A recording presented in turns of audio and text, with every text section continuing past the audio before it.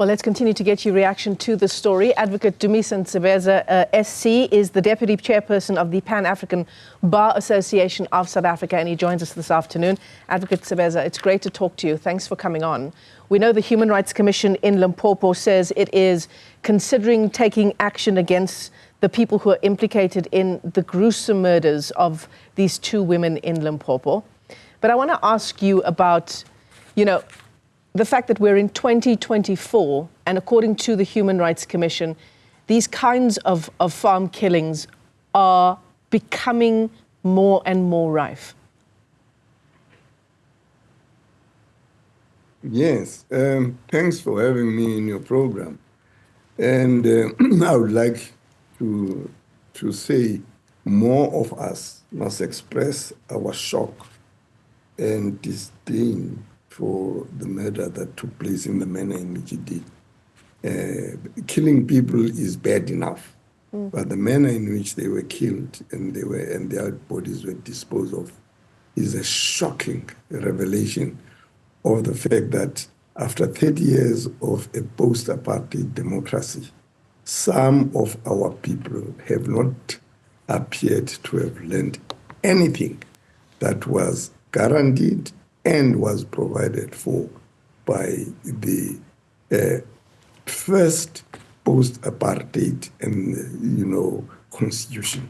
You will know that the constitution lays a great deal of score on the right to dignity, on the right to life, and these people's rights as far as that goes were violated by what is clear to me were not only racist people, they were supremacists, in the sense that, these people are not only, killed in the manner in which they were killed because they are, they are poor people.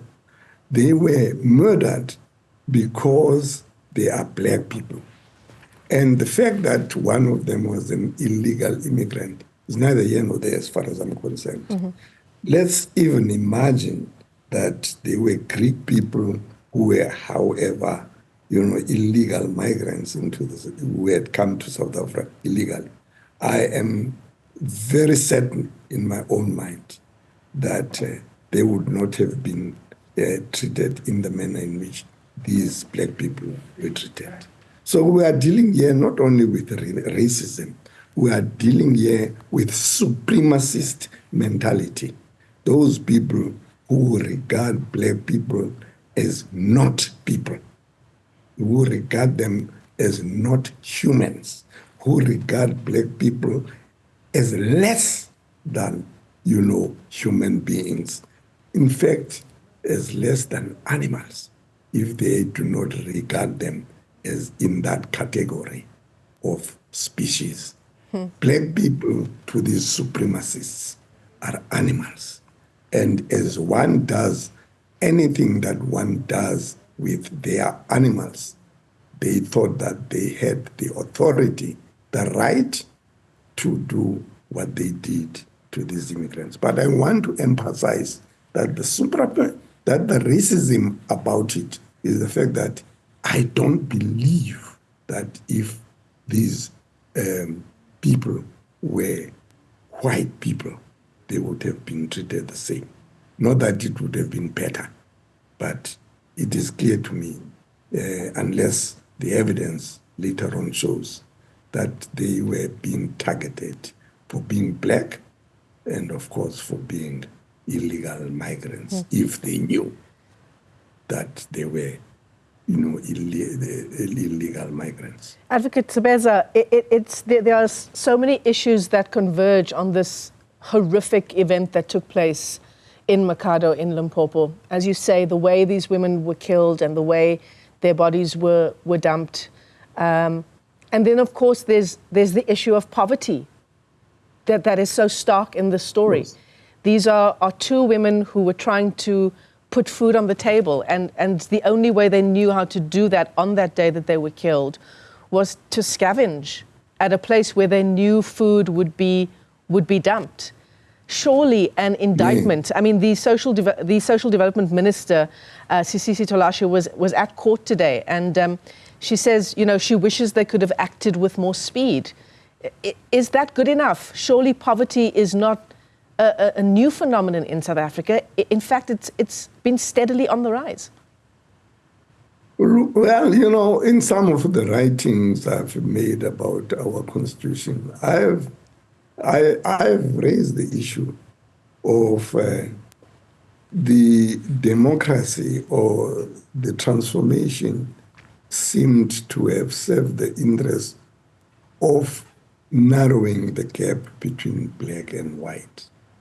It tried.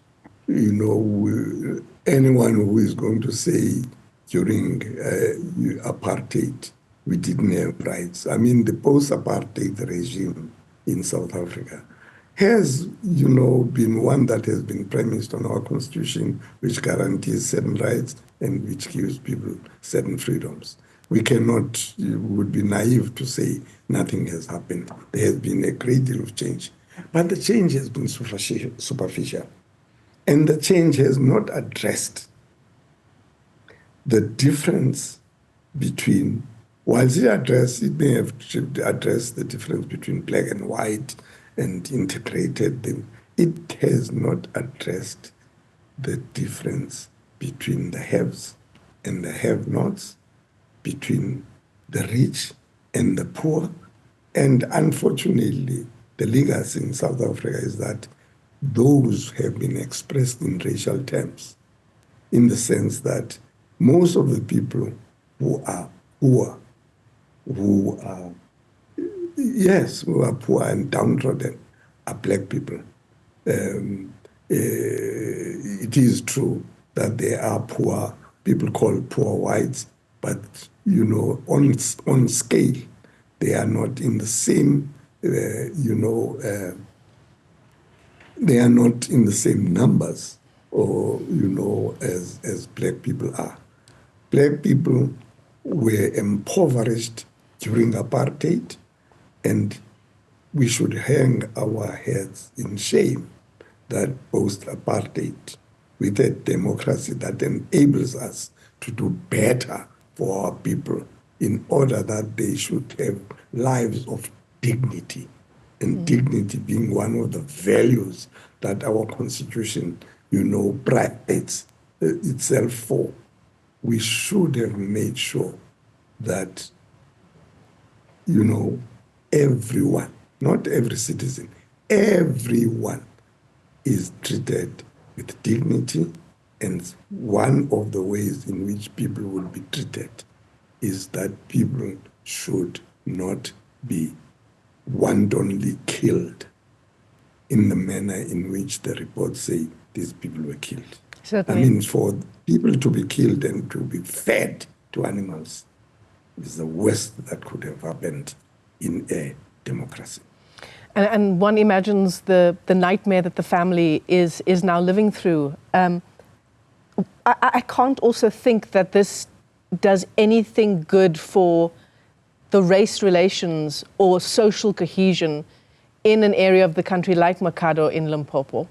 I mean, the social cohesion that we are at times lauded for around the world, Advocate Ntsebesa, is that real? Is it skating on thin ice?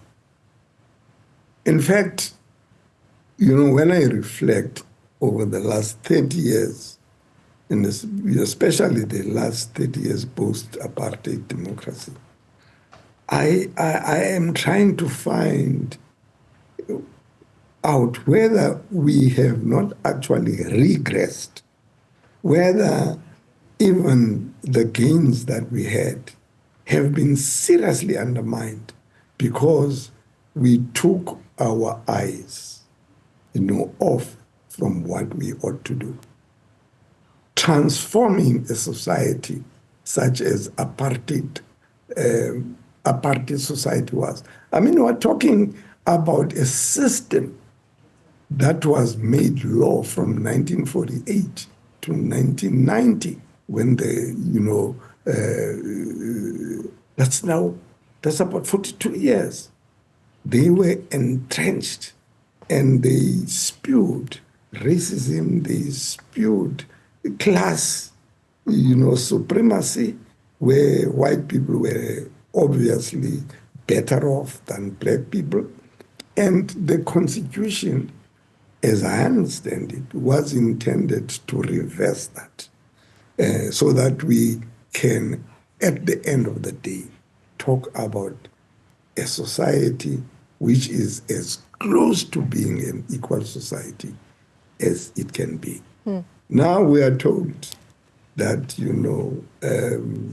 in fact, not only have we not advanced the rights that are guaranteed by the Constitution, in some ways we have regressed. And I say this, and I want to repeat it on this program, that those of us who thought that we have done enough must understand that a commitment to, completely eliminating racism in our minds, in our hearts, and in the way in which we conduct ourselves is a lifetime occupation. There is not going to be a time when we are going to say, well, now we have completely transformed our society. And as I say, one of the major areas for transformation should be in the way in which we narrow the gap between the rich and the poor, and in South Africa, between the rich white people and the poor black people. It boils down to a socio-economic issue. Advocate Dumisa Ntsebeza, let me thank you for your time this afternoon. Thanks for giving us your insights and your analysis on what has been a horrific time for the families there in Limpopo, those two women who were so gruesomely killed and their bodies disposed of. That case has now been postponed to September for a bail application for the 3 accused there.